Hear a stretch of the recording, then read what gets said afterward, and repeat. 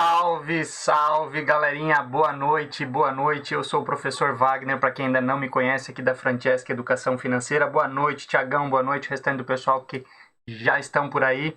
Por gentileza, me confirmem assim que possível áudio e imagem. Imagem eu já estou liberando aqui. Só me deem um ok aí para eu saber que está tudo certo.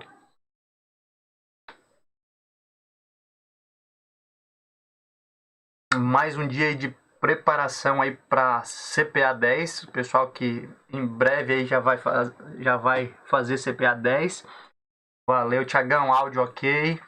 Me confirma a hora que conseguir imagem, por gentileza. Show de bola, show de bola. E aí, Tiagão, como é que estão os estudos? Quem mais está com a gente aí? Dá um oi. Como é que estão os estudos? Já começou? Tava naquela ideia de preparação, né? Começou, já está com tudo mais claro? Reviu as aulas, não reviu? Fez algum outro simulado? Como é que estão as coisas aí, Tiagão?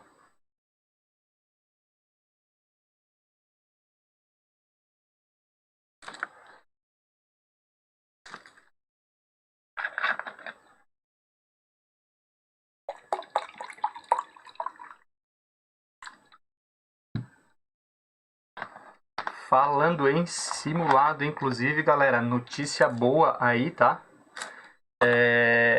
Já fiquem atentos, eu vou colocar lá no grupo depois. Deixei tudo prontinho, 50 questões, tá?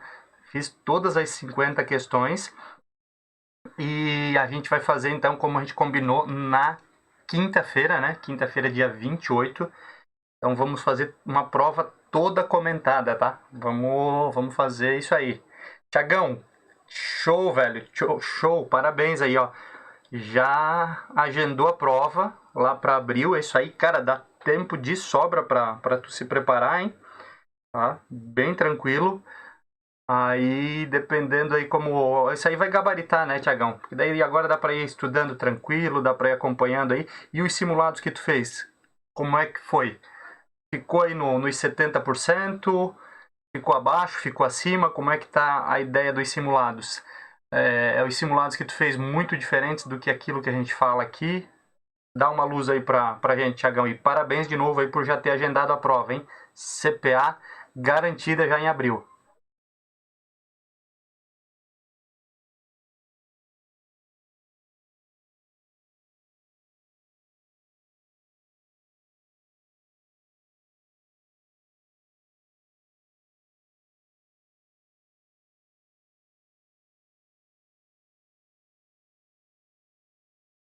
Enquanto o Thiago manda pra gente aí no chat essas informações, quem quiser mais aí se manifeste, né? Já vai falando, vamos ver aí o que o Thiago falou. Fazendo módulo por módulo, igual nas terças, legal. Tranquilo, tranquilo. Pensa o seguinte, Thiago. Cada módulo, cada questão tem o mesmo peso, né? Óbvio, cada módulo ali ele tem um peso maior, ali um percentual maior às vezes, né? Mas lembra que assim, ó, daqui a pouco tenta fazer alguns geralzão, tá? Tem alguns sites aí, algumas coisas que tu consegue fazer um geralzão, não por módulo. Pega um dia assim, com mais calma, mais tranquilidade, igual a gente vai fazer na quinta também, né? Hoje é terça, para dar mais tempo para vocês, tá? Hoje à noite eu já vou mandar lá no grupo o caderno de prova, tá? E aí eu mando ali o caderno de prova para que vocês possam já começar, assim, se tiverem um tempinho, já começar a fazer. E aí eu sugiro assim, esqueçam o material na hora de fazer o caderno de prova, tá? Respondam da forma que vocês conseguirem ali. E aí depois a gente vai falar sobre todas as questões lá na quinta-feira, tá? Então é bem mais de boa. E isso aí é bom, Thiagão.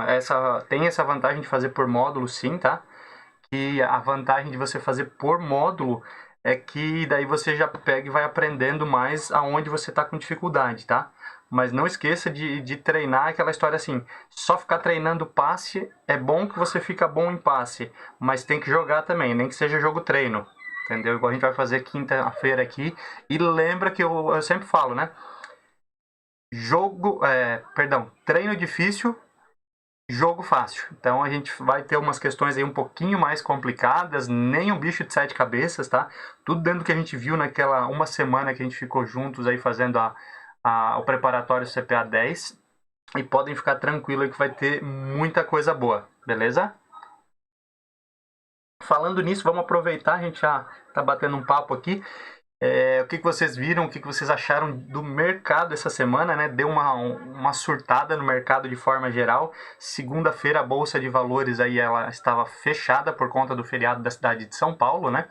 Mas ainda assim nós sofremos com os ADRs, é uma matéria lá de CPA 20, mas o ADR, aí só para entrar um pouquinho no assunto, são recibos de ações negociadas lá nos Estados Unidos, só que são ações de empresas que não são americanas, tá? Assim como existe o BDR aqui no Brasil, que antigamente era só para investidor qualificado, hoje você já consegue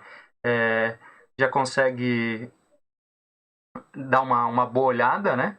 E o BDR são ações, ou melhor, recibos de ações de empresas não brasileiras negociadas aqui na Bolsa. Então, assim, o nosso ADR, principalmente lá de Eletrobras, despencou mais de 10%. O Thiagão falou muito bem aí, despencou tudo, cara, foi punk. Quem foi muito bem, obrigado, né? Na verdade, foi só mesmo a BR Distribuidora, porque a notícia de que BR Distribuidora, ou melhor dizendo, de que a perdão, o presidente que saiu da Eletrobras vai assumir a BR Distribuidora, deu um ânimo muito grande ali e subiu mais de 10%, tá? Foi forte a subida. Quem tinha BR Distribuidora na carteira hoje deu umas risadinhas, mas o restante do pessoal sofreu e sofreu bastante. Óbvio aqui eu vou falar uma coisa, não é recomendação, tá? Lembrem-se disso, mas assim, ó, é interessante para as próximas semanas, para os próximos dias, quem já conhece um pouquinho, já investe às vezes em ações, começar a dar uma olhada no mercado de ações, principalmente aí as empresas da área de energia, porque, óbvio, tem que fazer um valuation ali, fazer uma análise disso, né? Mas pode criar uma oportunidade aí, porque muita gente está vendendo nesse momento, tá? Então, lembra do que eu falo, não é recomendação, certo? Mas, acima de tudo, aí a gente tem que ficar de olho, porque o importante na bolsa é você comprar barato e depois vender quando tá caro. Certo, galerinha? Já aí, 7h10, deixa eu dar uma olhadinha aqui, eu acho que o pessoal mandou mensagem lá, o Nain não vai poder acompanhar, vai ver a gravação depois. A gente já dá uma olhadinha aí o restante do pessoal. Acho que não vamos ter tantas pessoas hoje, mas como já passou já tá dando 7h10, eu vou começar aqui, entendeu?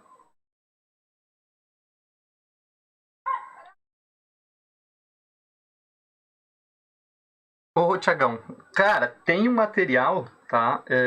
Até já tem aí no canal, depois se tu conseguir dar uma olhadinha, é o Pílula do Conhecimento, é um negócio que eu comecei na época lá no Instagram só. E eu mandei alguns vídeos para cá, aonde eu fiz estilo aula aqui assim, mostrando alguns exemplos de como você analisar, tá? Não tá lá indicando o que ação que é boa e que é ruim, porque isso depende muito, mas principalmente para você ver, eu tenho que analisar rentabilidade, quais são os indicadores de rentabilidade, tenho que analisar endividamento, tá? E assim por diante. Então vale a pena dar uma olhadinha. Depois, Tiagão, se tu quiser, eu já deixo aqui nos comentários o link ali. Vale a pena dar uma olhadinha, tá? É o primeiro passo, mas vale a pena. E aí tu começa a ter uma luz nesse sentido. Show de bola, Tiagão. Vamos lá então, vamos começar. Não sei se tu conseguiu dar uma olhada nas questões antes. Eu vi que tu já respondeu mais tarde um pouquinho, então provavelmente não conseguiu ver todas as questões, né?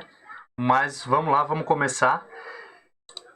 Tirar todas as dúvidas aqui.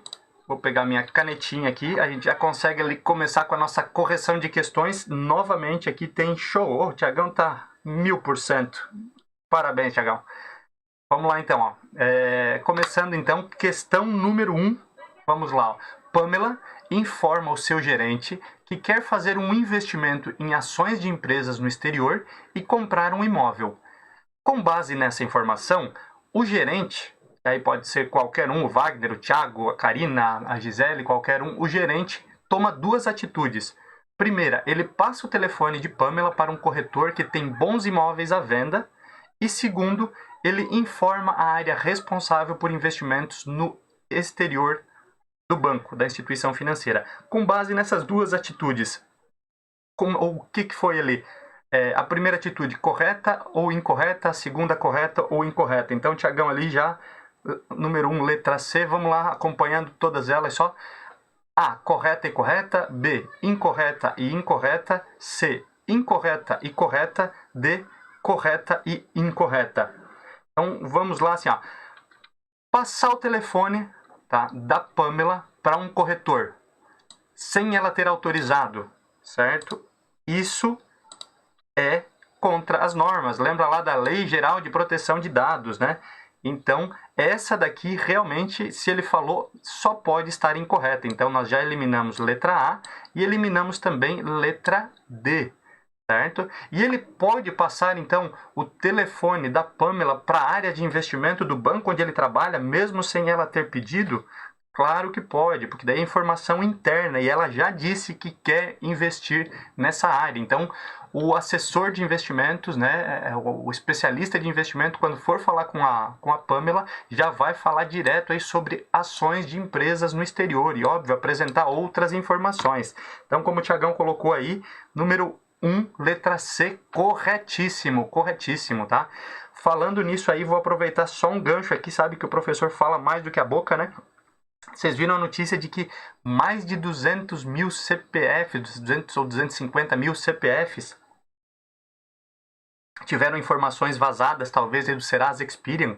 Essas informações vazadas, detalhe, vazou foto, declaração de imposto de renda e mais todos os outros dados. Então, um risco aí muito grande para o pessoal aí, os fraudadores comprarem essas informações e botar na nossa espinha, certo?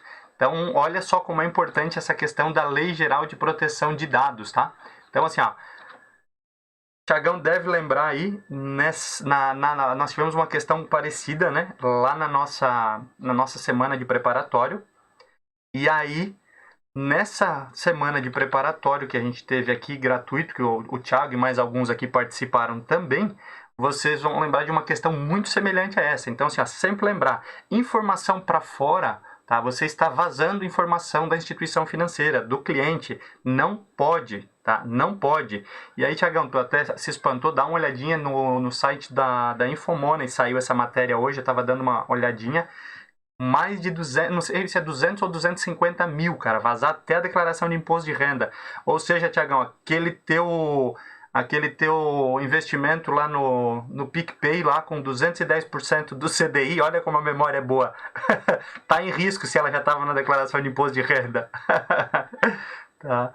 Pior que não tem muito o que fazer, tá? De qualquer forma, vamos lá, vamos seguir aqui.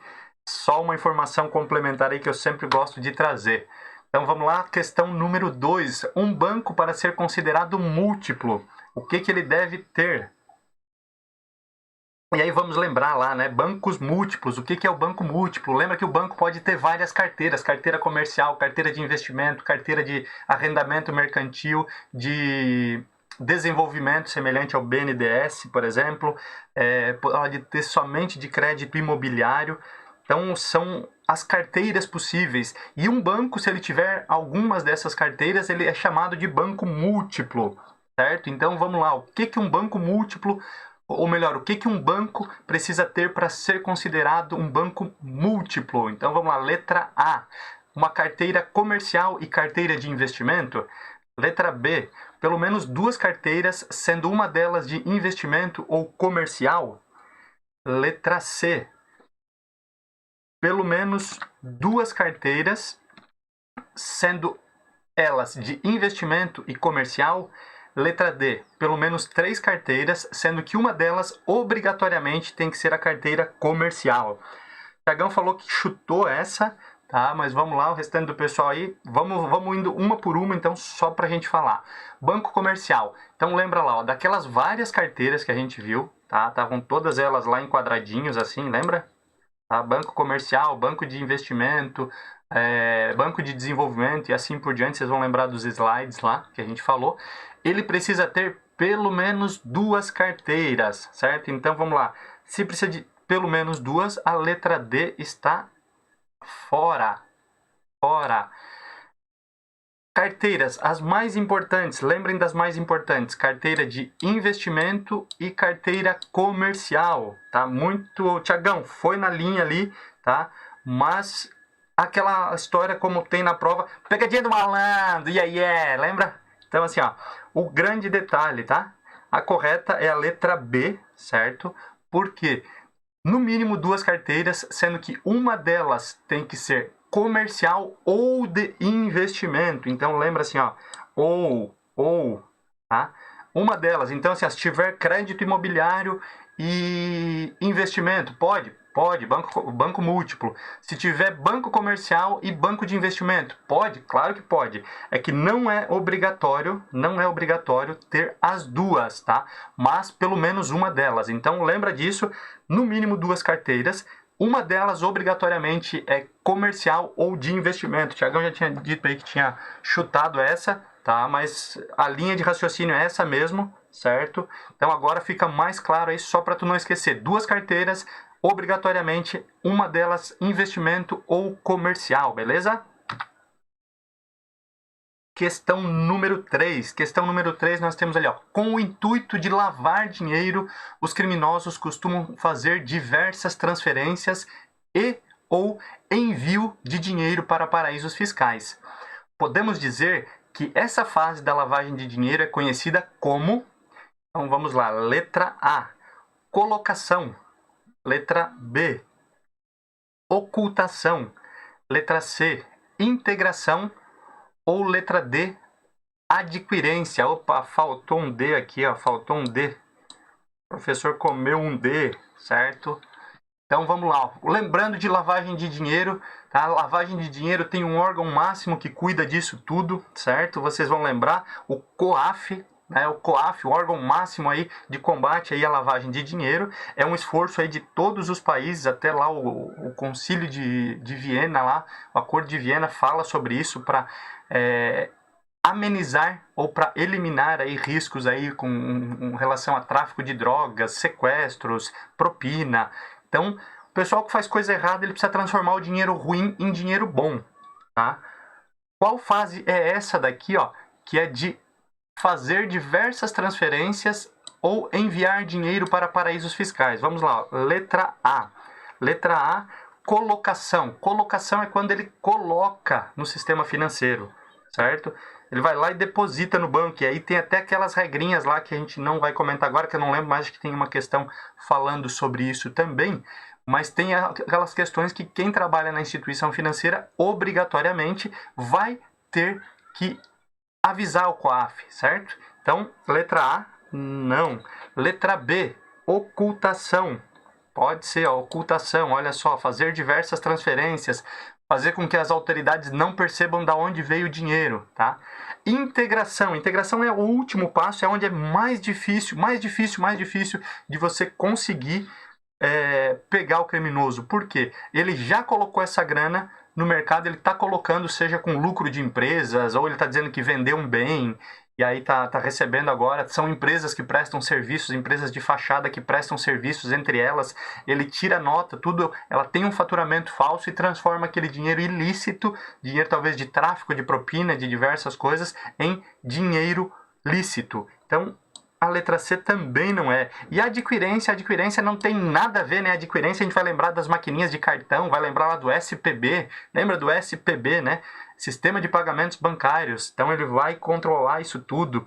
Então, como o Thiagão colocou aí, correto, letra B, ocultação, certo? Ocultação, então lembra sempre aquelas fasezinhas, ó, que é o que a sua prova também pede.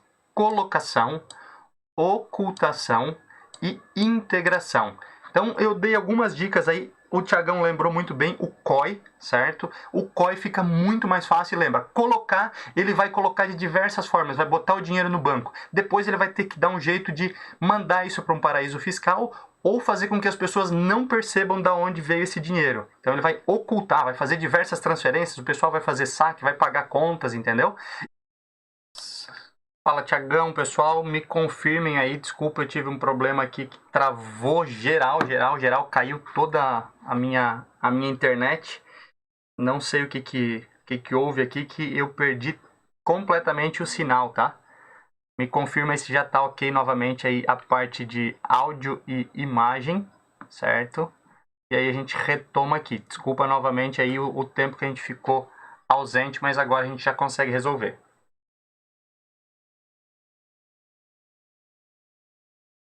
Show, valeu, Thiago, valeu, pessoal. Retomando aqui então, certo? Deixa eu só dar uma olhadinha aqui. Voltando então aqui para nossas questões, estamos aí falando aí, pegamos ali só o final então, né? Como eu falava ali, o final da questão 3, vamos lá então. Questão 3, a lavagem de dinheiro, o que vai pedir na sua prova são as 3 fases ali, colocação, ocultação e integração, a gente já falou sobre elas aqui. Vamos lá então para a questão 4, se ficou alguma coisa, se cortou, galera, me chame aí que eu volto.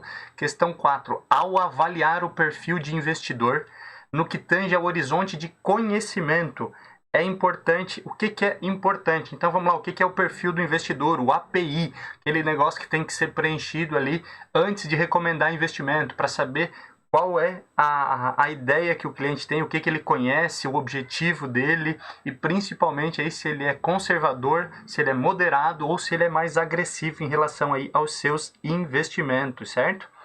Então assim, ó, quando você vai fazer o API, avaliar o API, tá? Falando em conhecimento, o que é importante, o que tem lá na parte de conhecimento? Letra A, saber se o cliente tem receitas recorrentes ou receitas variáveis. Letra B, entender a finalidade do investimento. Letra C, saber a formação e experiência profissional do cliente. Letra D, saber qual a tolerância ao risco do cliente. Certo? Pessoal já votando aí, já assinalando. Vamos lá então a cada uma das questões. Vamos nos atentar sempre assim, ó. Quando a gente fala em API, ele pega alguns horizontes. Um deles é o objetivo que o cliente vai ter. Esse cliente ele vai utilizar o dinheiro em curto prazo, em longo prazo, tá? Esse dinheiro aí é para a aposentadoria dele, ele já tem um patrimônio, por exemplo, já tem imóveis, já tem casa, é um cara que já está com a vida mais garantida, ou ele está construindo, é um cara próximo da aposentadoria. Então tem algumas vertentes ali, e aí vamos falar de cada uma delas. Saber se o cliente tem receitas recorrentes ou variáveis é importante? É muito importante, tá? Mas não está diretamente relacionado a conhecimento que o cliente tem. Então, só atentem-se a essa palavrinha aqui, ó, conhecimento, tá? Porque, ó, o cliente, ele é autônomo, ou ele tem uma empresa, mas a receita dele não é a mesma, ele é representante comercial, um mês ganha muito bem, o outro não tanto. Então, vai ter que ter um planejamento diferente, uma reserva de emergência maior, não dá para se expor tanto. Tá? Mas assim, ó, não está vinculado ao conhecimento que o cliente tenha, tá? Esse conhecimento é o que? O cliente já aplicou? O cliente tem aplicações no momento? Ele conhece CDB, CDI, LCI, LCA, certo? Entender a finalidade do investimento é importante?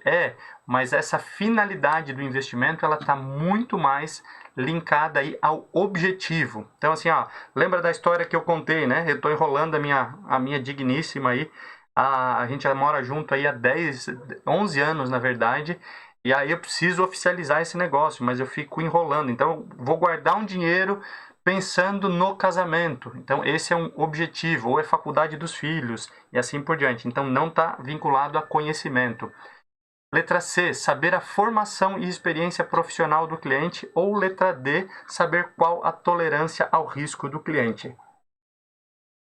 Essa tolerância ao risco é o que nós vamos descobrir basicamente com essas informações. Óbvio, você até faz a pergunta para o cliente: seu João, se porventura o senhor perdesse aí 20% dos seus investimentos num único mês, o que o senhor ia fazer? Se o senhor tivesse comprado ações da Eletrobras e aí hoje caiu mais de 10%, aí chegou a cair 10% aí as ações de Eletrobras, o que o senhor faria? Meu Deus, eu ia me desesperar. Então peraí.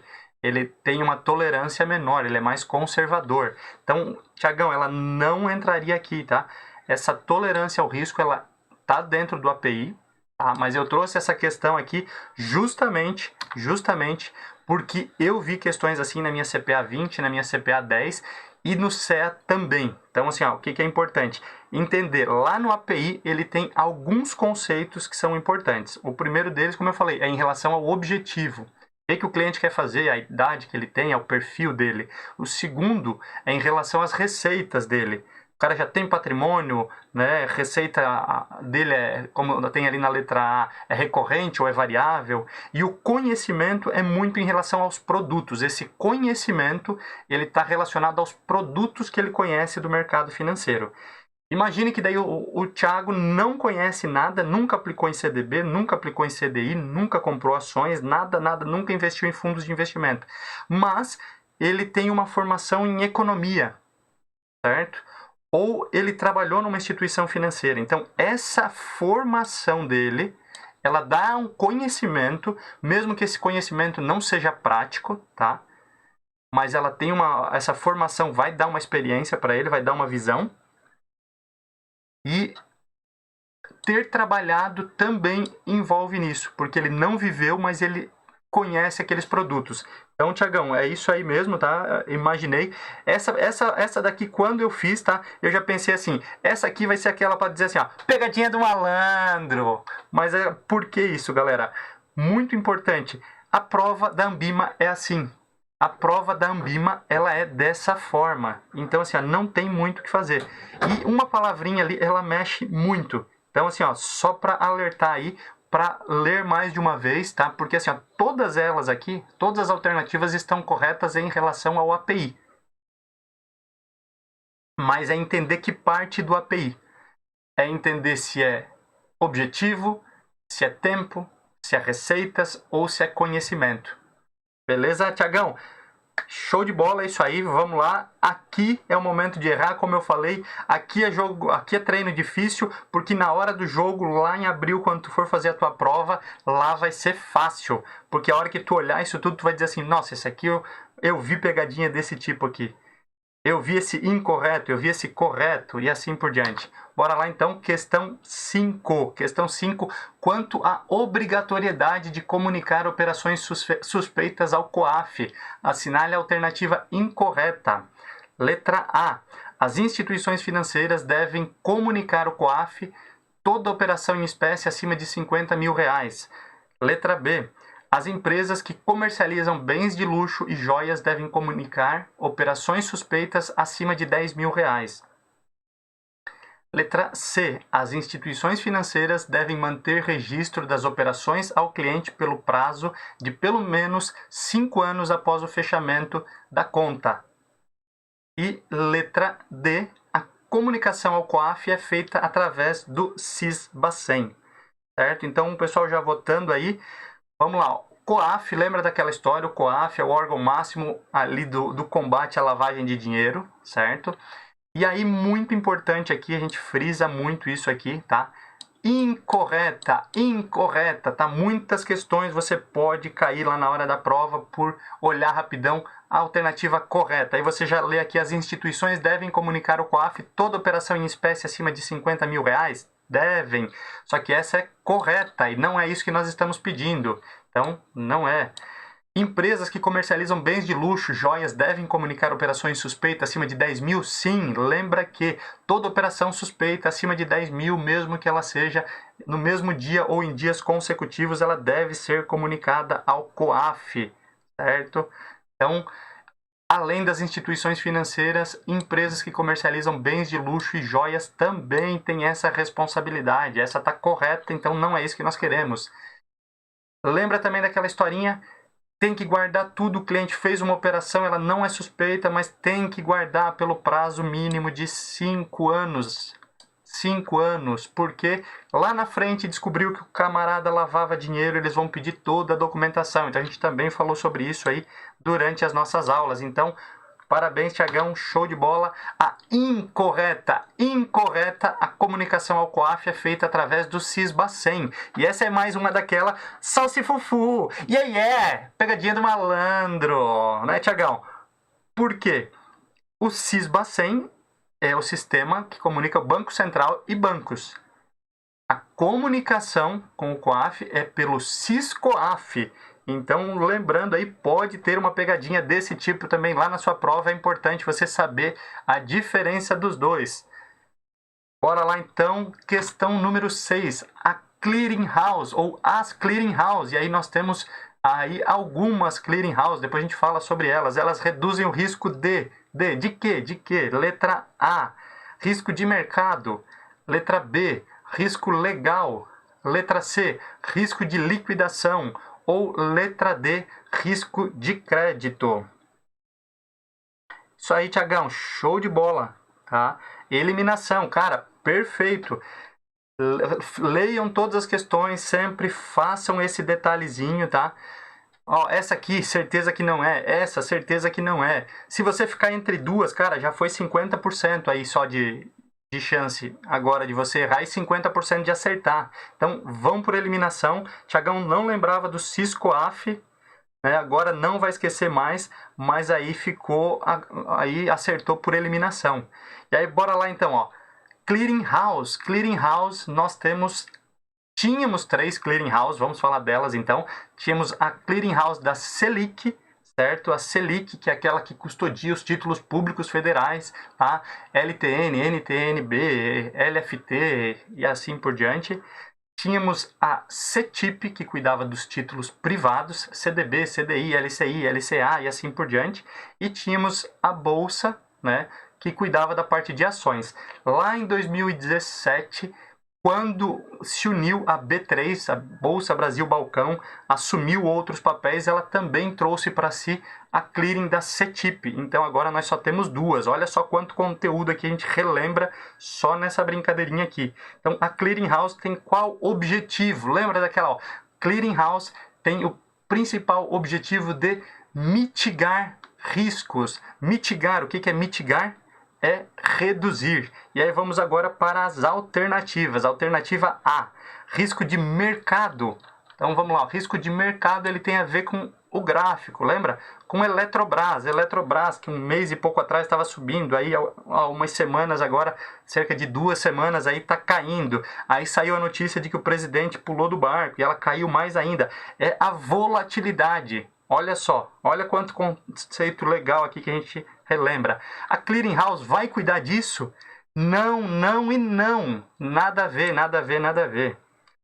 Risco legal, o risco joinha. Não, o risco legal lembra que a gente falou, o professor usou um termo mais pejorativo, mas o famoso BIOS. Bicho idiota operando o sistema. Lembra da BIOS ou do BIOS?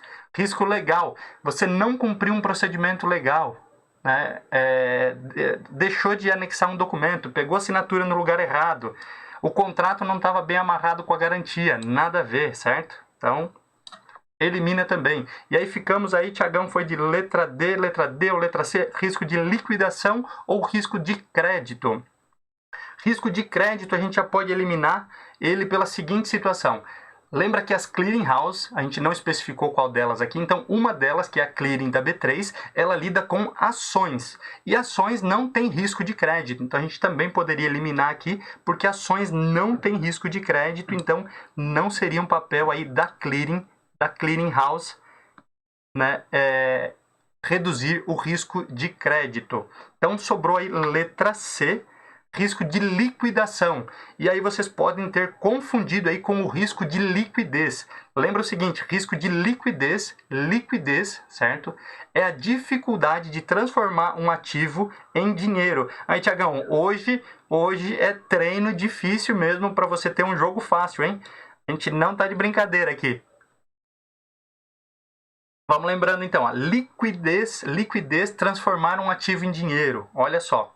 Liquidação, se vocês lembrarem lá nas nossas aulas, tá? Se você olhar lá, quando a gente falou sobre isso, eu até usei o exemplo, acho que, se não me engano, da Gisele, que estava ao vivo conosco lá, e aí tinha um grande detalhe, eu falei para ela assim, ó, eu tenho um título, ou eu quero comprar um título que é de posse dela, eu não conheço essa pessoa, certo?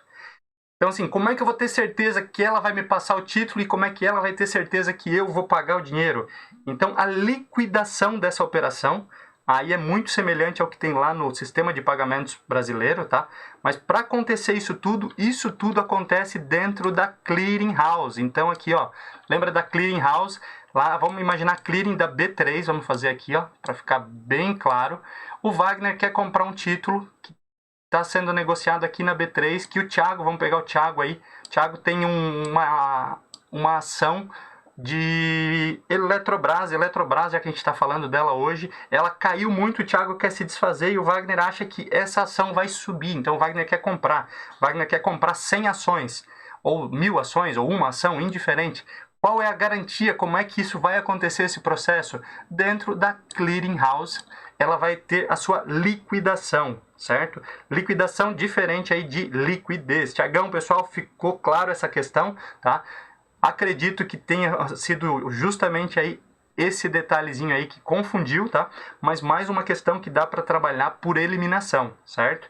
E aí lembrando aí, hoje a gente está falando um pouquinho de módulo 2, mas principalmente módulo 3 e 4, tá? Então assim, ele já pesa um pouquinho mais, mas assim, ó, é treino difícil para que você tenha um jogo fácil lá na hora da prova.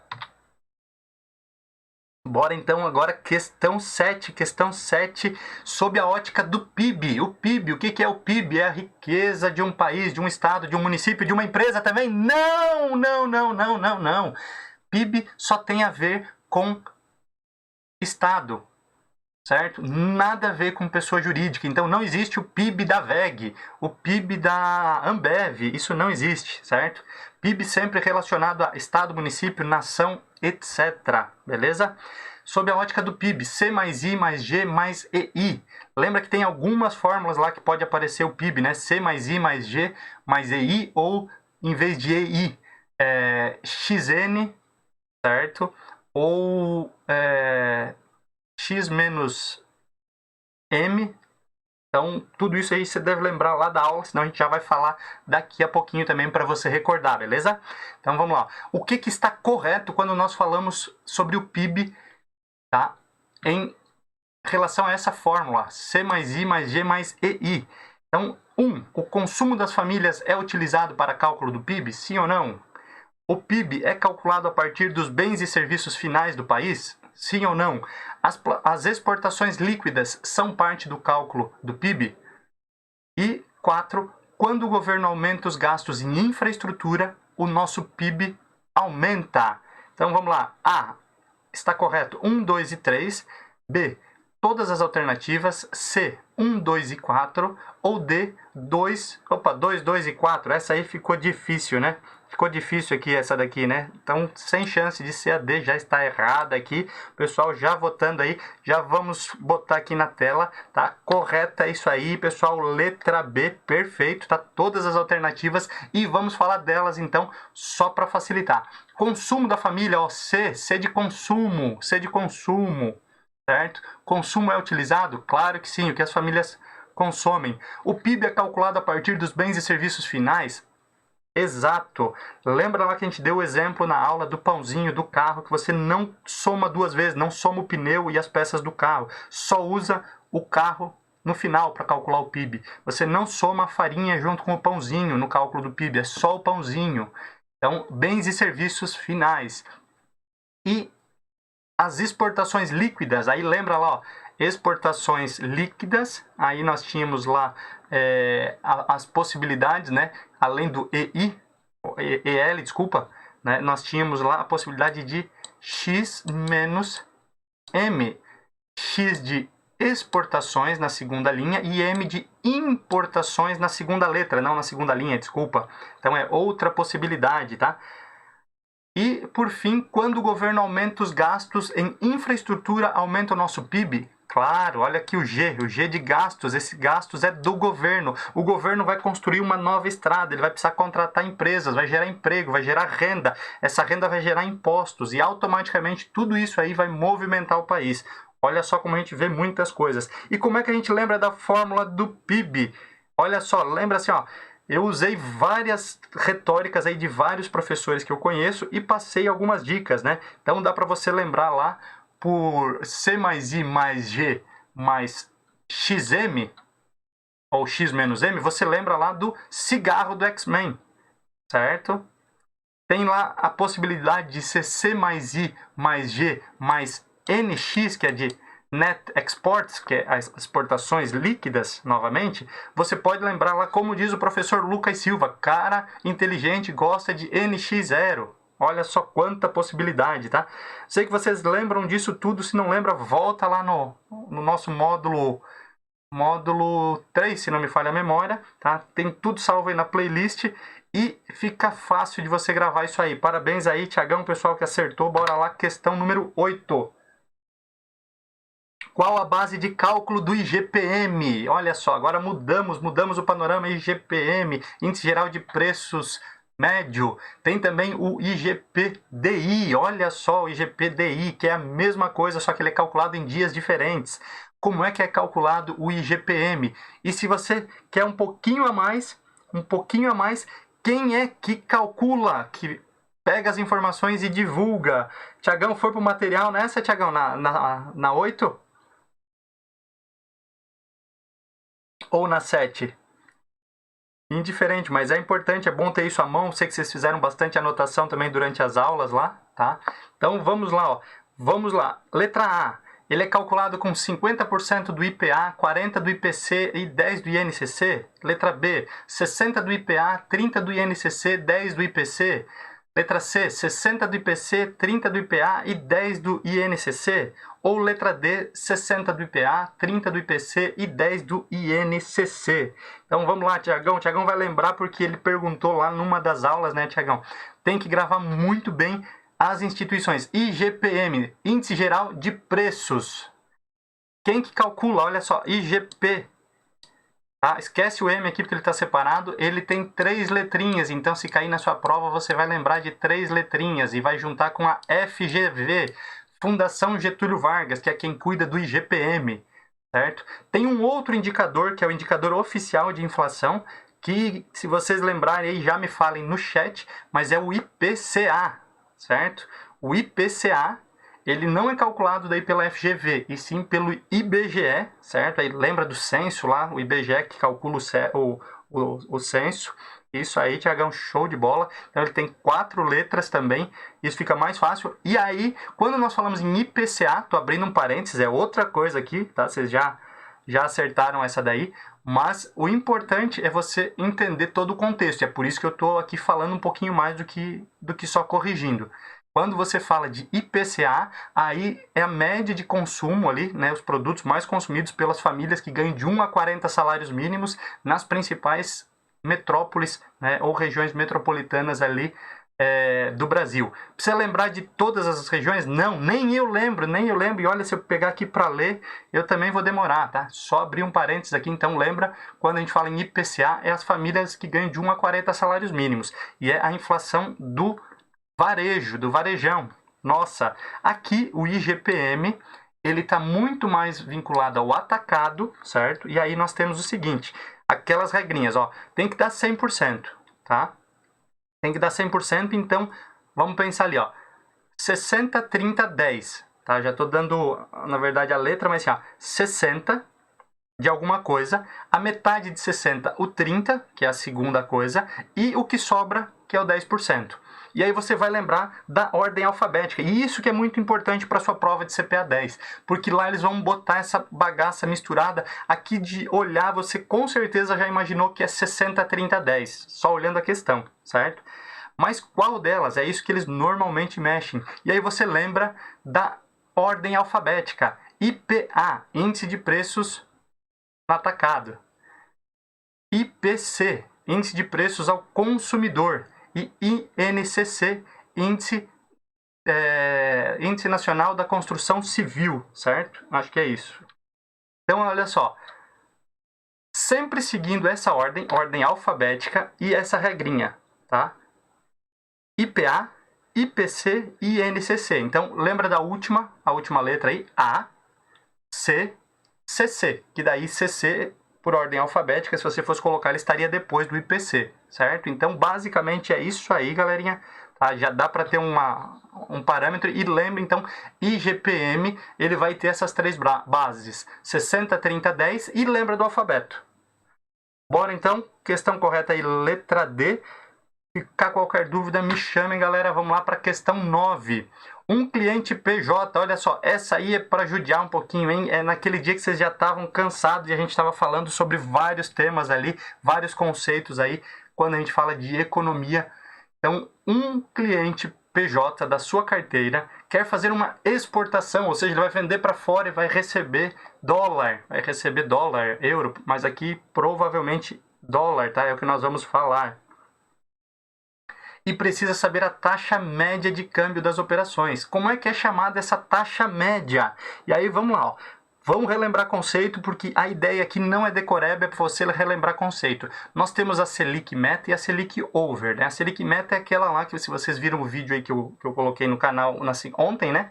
É aquela que o Copom define e o Copom resolveu manter novamente. Até hoje saiu a ata do Copom, não consegui dar uma olhada ainda. Depois da aula que eu vou fazer isso, né? Mas assim, existe a Selic Meta e a Selic Over, que é a média das operações. Em média de operações, também existe um negócio chamado taxa DI, certo? Que é a média das operações interbancárias. Olha só como abre a mente aqui. E aí nós temos a média das operações de câmbio. Como é que é chamada essa média, certo? Bora lá então, ó. Letra A, taxa spot. Letra B, taxa PTAX. Letra C, taxa de conversão.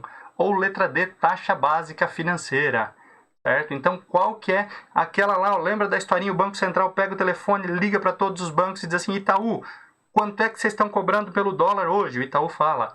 Depois liga para o Bradesco, para o Santander, para o Safra, Banco do Brasil, Caixa e assim por diante. Tá? E faz isso 3 vezes por dia. Essa média é a taxa PTAX. Parabéns aí, letra B, taxa PTAX, certo? É a média das operações de câmbio, que ela é calculada 3 vezes ao dia aí, através dessa média. A taxa spot tem a ver com taxa de câmbio? Tem. Taxa spot é a taxa final, vamos dizer assim, eu quero comprar dólar agora, né? Quanto é que está sendo cobrado agora? Ah, está sendo cobrado esse valor. Certo? Aqui, quando você vai falar em exportações, vai olhar lá para frente, sempre vai ser calculado aí via taxa PTAX, que é a média das operações. Taxa de conversão, tem alguma coisa a ver? Não, taxa de conversão aí, tem a conversão da moeda real em dólar, mas não tem nada a ver. E o que é a TBF? Quem lembra da TBF? A taxa básica de juros, taxa básica financeira, desculpa. A TBF é a média das operações lá de tesouro pré-fixado, LTN, a essa média, que é a taxa básica financeira, é aplicado um redutor, que depois vira a tal da TR. Olha só a TR, ó, outro conceito aqui, a TR que está zerada já, não lembro agora desde que ano, mas se não me falha a memória, desde 2016, tá? Relembramos mais um conceito aqui, que é a TBF e a TR, que a TR é a TBF mais um redutor que é aplicado nela e vira a TR, que remunera lá a poupança, que no caso agora está zerado, então remunera zero, mas ela está aí nesse balde. O dinheiro seu que está lá no FGTS e assim por diante, beleza? Questão 10 agora. Questão 10. Um fundo de investimento da corretora QWPS tem como objetivo acompanhar a taxa DI. Nesse caso, podemos afirmar que esse fundo é um fundo A, passivo, B, ativo, C, alavancado ou D, cambial. Lembrando então aí, ó, vamos falar, não estamos entrando em módulo 5 ainda, que é fundos de investimento, mas já podemos falar sobre esse tipo de ativos. Então vamos lá, ó. O fundo que busca acompanhar a taxa DI. A taxa DI, então, ela é o que aqui? É o benchmark do fundo. Então, o gestor ele vai acompanhar, ele não precisa fazer muita coisa, ele fica passivo. Cara, eu só preciso comprar as coisas meio parecido ali e fica tranquilo, tá? E eu já entreguei o ouro aqui, exatamente, letra A, passivo. O que seria um fundo ativo? É aquele que busca superar o seu benchmark. Então, superar o seu benchmark é um fundo ativo, certo? Que não é o caso. Fundo alavancado, olha só mais um conceito aí para relembrar. Fundo alavancado é aquele que pega dinheiro emprestado para aplicar. E aí, se porventura der merda, ele vai ter que pagar o dinheiro que pegou emprestado, e aí se faltar dinheiro, você que está lá no fundo vai ter que aplicar novamente, certo? Então, só para lembrar, o fundo alavancado é aquele que pode ter perda superior ao seu patrimônio líquido. E cambial, letra D, não tem nada a ver, não é isso que estamos perguntando aqui. Parabéns aí, show de bola. Questão 11 agora. A rentabilidade líquida de um ativo, como é que é calculada? Ela é calculada com base em quê? A rentabilidade bruta menos o valor aplicado? Letra B, a rentabilidade bruta menos imposto de renda e depois desconta o IOF, caso tenha o IOF. E aí lembrando, o IOF, quando que é cobrado o IOF? Naquelas operações cobra IOF até o 29º dia. Chegou no 30º dia, não cobra mais IOF, certo? C, rentabilidade bruta menos IOF e depois desconta o IR. Letra D, rentabilidade bruta divulgada menos a taxa de administração e depois desconta IOF e IR, certo? Então, bora. Essa eu vou fazer um meia-culpa aqui, Tiagão, que eu não falei sobre isso lá nas nossas aulas de preparatório, certo? Vamos falar sobre isso. Então, vamos lá. Rentabilidade bruta menos o valor aplicado? Não, nada a ver, né? Rentabilidade bruta menos o valor aplicado vai dar sua rentabilidade ali, mas tem mais coisas, né? Rentabilidade bruta menos o imposto de renda e aí desconta o IOF se tiver, tá? É uma possibilidade aqui. Letra C, rentabilidade bruta menos o IOF e depois o IR. Olha, muito parecida, B e C. E rentabilidade bruta divulgada menos a taxa de administração e depois desconta os impostos? Não, tá? E aí eu vou entrar em alguns detalhes. Sempre que você for comercializar ou for comprar algum ativo lá na instituição financeira, esse ativo ele tem que ser divulgado, por exemplo, a rentabilidade do CDI, do DI, do fundo de investimento. Óbvio que aqui vai ser exatamente fundos, né? Desculpa. Fundo de investimento em ações tal, tá? A rentabilidade ali, ela sempre é retirado a taxa de administração, certo? Rentabilidade sempre descontada a taxa de administração. Essa é a primeira plaquinha aí para você anotar. A segunda placa, o governo nunca perde. O governo nunca perde. Como assim? Gerou renda, você vai pagar. E aí, se ele diminuir a sua renda, certo? Ele, para depois te cobrar um outro imposto, não vai ter tanta lógica. Ele vai querer te ganhar o máximo possível, tá? Tiagão, ali, ó. A correta aqui é letra C, não letra B, elas são muito parecidas, tá? Óbvio, não são todos os ativos que vão ter o IOF, isso pode ter confundido aqui, mas só anota a plaquinha, anotem a plaquinha aí, pessoal. Rentabilidade de qualquer investimento, na hora que você for para rentabilidade líquida, tá? Você tira o IOF primeiro e depois desconta o imposto de renda. Então, o governo primeiro ele te come lá no IOF, e aí dependendo da quantidade de dias que você ficou, ele pode cobrar até 96% de toda a sua rentabilidade em IOF, que é aquilo que nós chamamos de 433. Quando a gente for estudar CPA 20, eu vou falar sobre isso, sobre a regrinha aí para vocês. Então, primeiro o IOF, depois o IR. A linha de raciocínio foi perfeita, como eu falei, fazendo um meia-culpa aqui, porque no nosso preparatório eu não falei sobre isso, tá? Eu não especifiquei que é primeiro o IOF, depois o imposto de renda. Então, só anota a plaquinha aí. Primeiro, o imposto cobrado é o imposto de operação financeira, de ordem financeira ali. Depois que te cobrou isso ali, e se você ficou poucos dias ali, ele vai te comer boa parte da rentabilidade. Depois, ele desconta o imposto de renda sobre aquele restinho que sobrou. Beleza? Bora lá, então. Questão 12.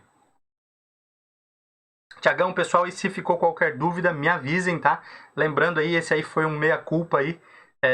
Ficou esse detalhezinho lá no nosso preparatório. Eu aproveitei para trazer isso aqui na nossa correção de questões. Questão 12, então. João ligou para sua corretora para solicitar a compra de 10 mil ações de Petro 4. Petro 4 é as ações da Petrobras. Esse 4 aí quer dizer que elas são preferenciais. Já vamos entrar num outro contexto aqui, que ações preferenciais são aquelas que dão prioridade no recebimento de dividendos. Olha só quanto conteúdo importante aqui. E por um erro do operador, o cara que atendeu lá na mesa da corretora, em vez de comprar 10 mil, ele comprou 100 mil ações. E isso afetou o preço das ações na abertura do mercado. Esse é claramente um exemplo de quê? A, risco de mercado. B, risco de liquidez. C, risco sistêmico. Ou D, risco operacional, certo? Então, bora lá, vamos entender esse aqui, ó. Até se vocês quiserem, eu tenho um vídeo que eu lancei na segunda da semana passada, falando sobre um movimento semelhante.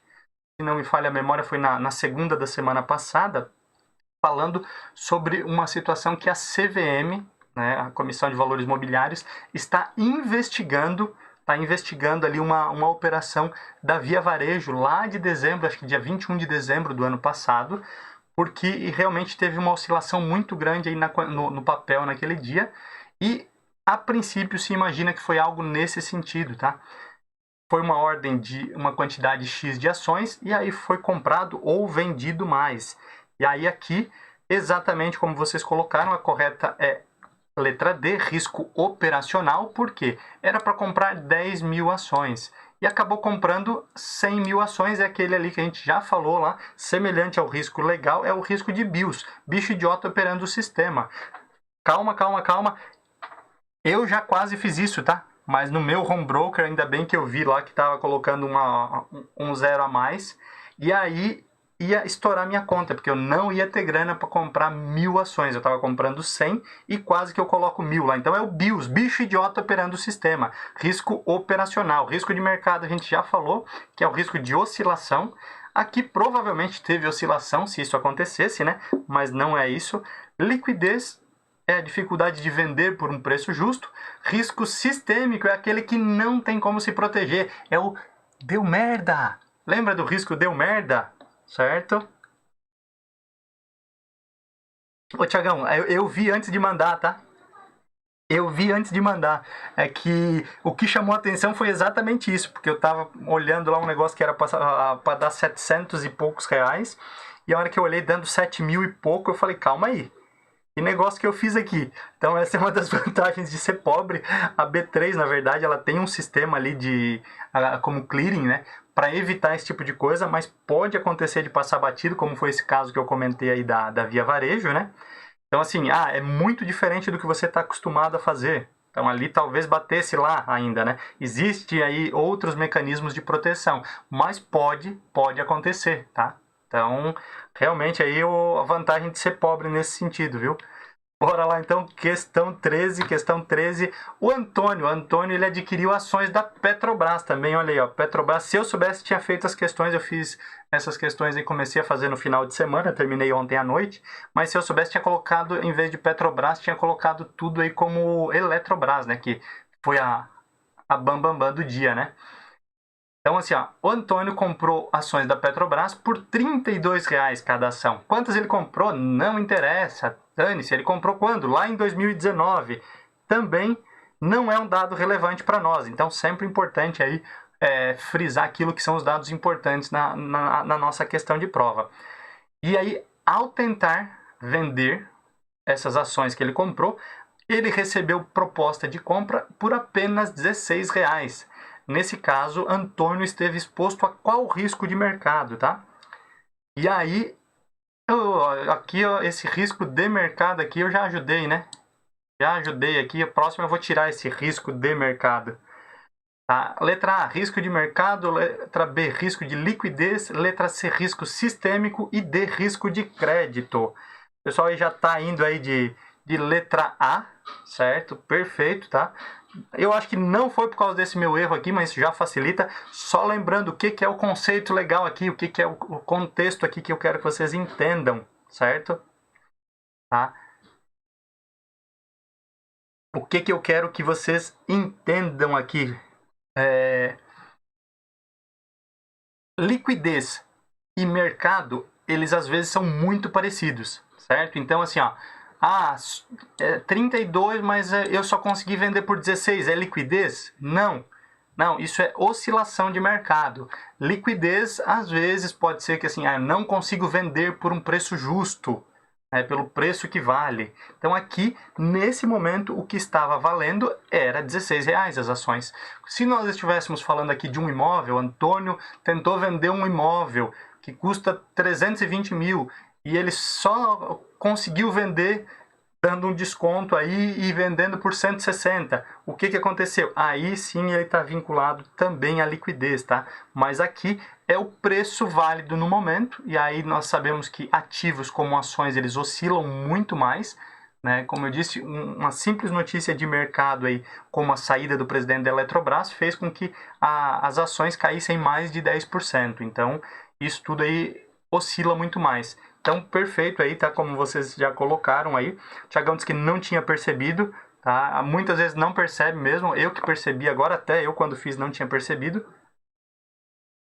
Risco de mercado é exatamente isso, é essa oscilação de preço. Pô, em 2019 ele comprou lá R$ 32, teve a pandemia, teve tudo, então o que aconteceu com a ação? Ela caiu lá, chegou a 12, subiu um pouquinho e aí agora ele só consegue vender por 16, por exemplo, tá?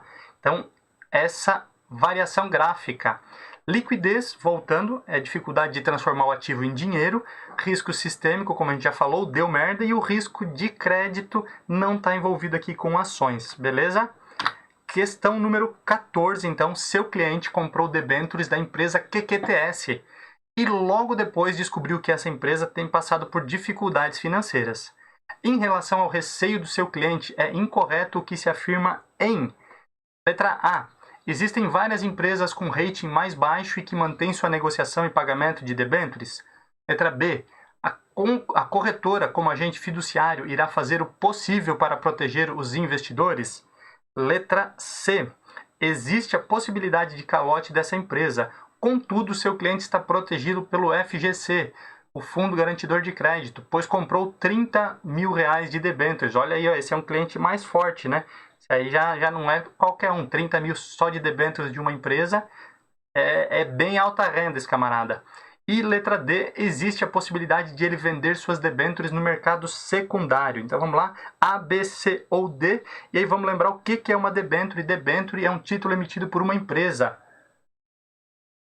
Para que a empresa faz isso? Para captar dinheiro, ao invés dela pegar dinheiro emprestado do banco, ou ao invés de ela pegar dinheiro, abrir capital na bolsa, ela pode emitir uma debênture, que é um título de renda fixa, pré-fixado ou pós-fixado. Ela vende esse título e diz assim, ó, você me empresta o dinheiro, lá na frente eu vou te pagar, certo? E aí tem muito aquela questão de risco de crédito. Uma empresa com maior risco de crédito, aí lembra do rating lá, né? O rating AAA,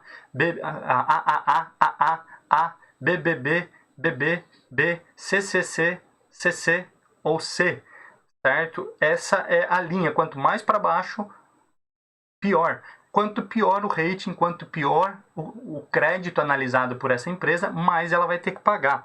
Então vamos ali para as questões. Existem várias empresas com rating mais baixo e que mantêm sua negociação e pagam as debêntures? Claro que sim. É aquela história do risco. Você vai lá e bota os ovos numa cesta que tem um pouquinho mais de risco, mas óbvio ela vai te pagar mais. E tem várias empresas aí com rating mais baixo, rating B, CCC às vezes, e elas estão pagando. E além disso, existe aí que você vai ver lá em CPA 20, né, as garantias das debêntures. E existem aí possibilidades diversas de garantia. Aí você vai ouvir falar do refluxo, mas calma que a gente vai falar disso só lá na frente. Então, mais um detalhezinho aqui, ó. Perdão, deixa o professor voltar aqui, ó. O incorreto, tá?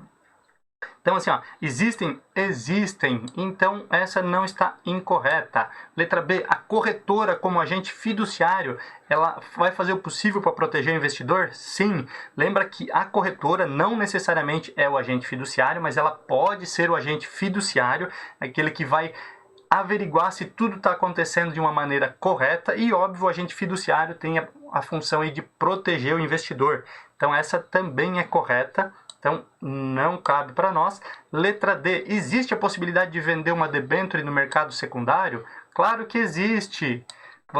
A debênture você compra lá para 2026. Mas daqui a pouco você não quer mais essa debênture, você precisa fazer o dinheiro, a empresa não quer recomprar, a Petrobras lá que você comprou, ou a QQTS, você pode ir lá e vender para outra pessoa. Onde é que você faz essa venda? Sempre no mercado secundário. Lembra lá, o mercado primário, mercado secundário. Tá? Então, show de bola, corretíssimo aí, letra C. E por que a letra C está incorreta, tá?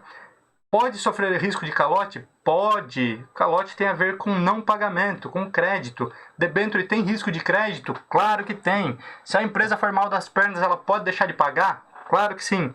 O grande detalhe é que debêntures não possuem garantia do FGC. Por que não possui garantia do FGC? Porque o Fundo Garantidor de Crédito ele é especificamente de instituições financeiras. E lembrando que debêntures são emitidos por empresas não financeiras, certo? Parabéns aí, corretíssimo. Agora vamos lá, a questão 15, a última questão que nós temos, em relação à diversificação e risco. É correto o que se afirma em diversificação e risco. Olha só, o Thiago vai lembrar bem disso, a gente falou em algumas aulas, né, Thiagão? Diversificar é o almoço grátis do mercado, né? É a única forma de você se proteger, mas será que se protege em tudo? Então, diversificação e risco, o que é correto? Olha só, antes era incorreto, agora é correto afirmar. Então vamos lá, ó, letra A. O risco sistêmico afeta todo o mercado, mesmo com a diversificação? Letra B. O risco sistêmico pode ser amenizado com a diversificação? Letra C. O risco não sistêmico só acontece quando há risco de crédito? Ou letra D. O risco de liquidez afeta todos os tipos de ativos? Então, bora lá. Pessoal, já indo aí de letra A, e aí nós vamos entrar nos conceitos. Vamos começar lá da D, então, ó. O risco de liquidez afeta todos os tipos de ativos? Não. Lembra, ó, risco de liquidez é dificuldade de você transformar um ativo em dinheiro. A grana que está lá na sua conta corrente é um ativo? A grana que você tem na carteira, Tiagão, aqueles R$ 500 que você tem na carteira aí agora, é um ativo? Claro que é um ativo. Lembra lá de contabilidade, né? Ativos e passivos. Ativos é o que você tem, passivo é o que você deve, né? Mais ou menos isso aí. Então, assim, ó, o dinheiro que está na conta corrente, na poupança, ele é um ativo. É difícil você transformar ele em dinheiro e pagar? Utilizar ele? Não. Então, assim, ó, ele não afeta todos. E óbvio que ele vai afetar de maneiras diferentes. Então, a D está incorreta. A C, o risco não sistêmico só acontece quando há risco de crédito? Não, risco não sistêmico é aquele que afeta somente alguns setores, mas ele também pode afetar, por exemplo, as ações, e aí ações não têm risco de crédito, então também está errado. E aí temos aí letra B ou letra A, o lobo-guará, o Thiagão lembrou aí, cara, eu não vi essa bendita dessa nota aí ainda, daqui a pouco os caras vão tirar de circulação e eu não vi a nota de 200 pila ainda, viu? Não sei se vocês já conseguiram ver aí, mas eu não. Quem conseguiu ver aí depois deixa uma mensagenzinha aí, porque olha, é artigo raro, viu? A de 100, a garopa já era difícil, imagina agora a de 200, o lobo-guará. E aí vamos lá, letra A ou letra B? O pessoal aí foi forte ali em letra A, certo? Então é isso aí, o risco sistêmico afeta todo o mercado, mesmo com a diversificação.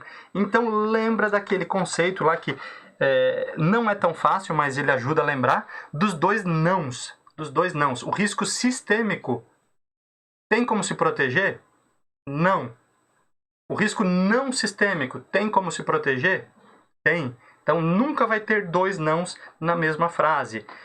O risco sistêmico não tem como se proteger. Mesmo que você diversifique, você tem lá Petrobras, você tem bancos, você tem shopping, você tem vários ativos, de repente vem um coronavírus e aí a bolsa sai lá dos 110, 108 mil pontos, como estava lá no início do ano de 2020, e cai para os seus 60 e poucos mil pontos. Afetou todo mundo? Afetou todo mundo. Alguns se recuperaram um pouco melhor? Sim, mas afetou todo mundo.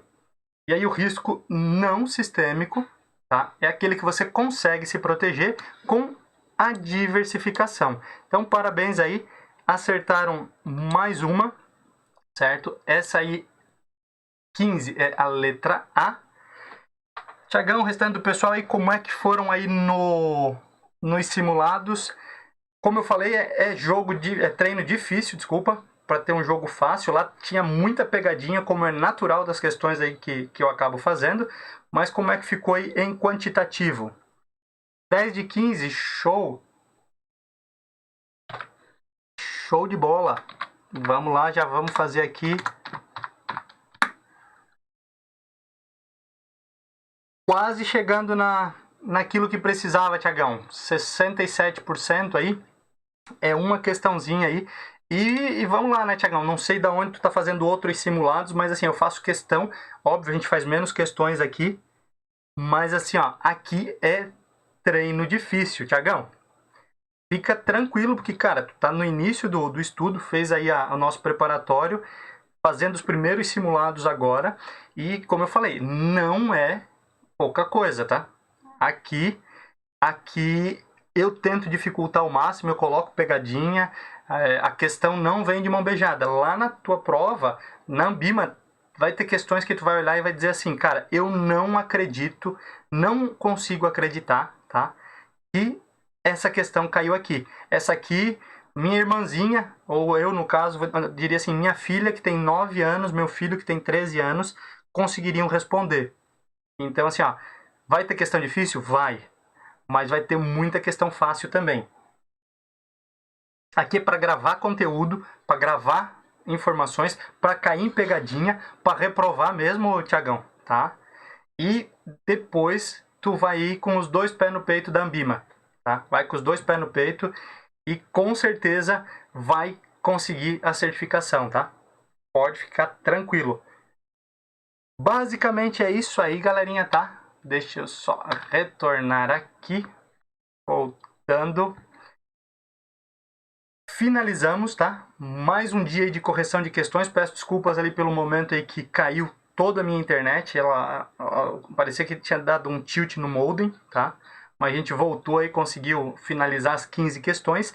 A ideia realmente é essa, tá? Todas as terças a gente fazer isso. E na nossa correção de prova, que nós vamos ter ali quinta-feira, vai ser no mesmo esquema. A gente vai demorar um pouquinho mais, vai ser suado, vai, tá? Vai ser suado. Vamos ficar aí 2h30, talvez 3 horas falando sobre aquilo, mas aqui é para você entender todos os conceitos e para analisar todas as alternativas. Por que que essa tá certa, por que que aquela tá errada, tá? Não desista, Tiagão. Tenho certeza aí que tu vai ficar até agoniado, tá? Porque antes de abril tu já vai estar dizendo assim, nossa, eu queria fazer a prova, eu queria fazer a prova, eu queria fazer a prova. Tá? E aí já te adianto aí que existe a possibilidade, não sei por que tu marcou lá para abril, mas existe a possibilidade de você fazer transferência da data, tá? Inclusive antecipando, certo? Então assim, ó, principal aí, ó, continua fazendo por enquanto aí, você, todos os demais, continuem atuando aí por módulo, tá?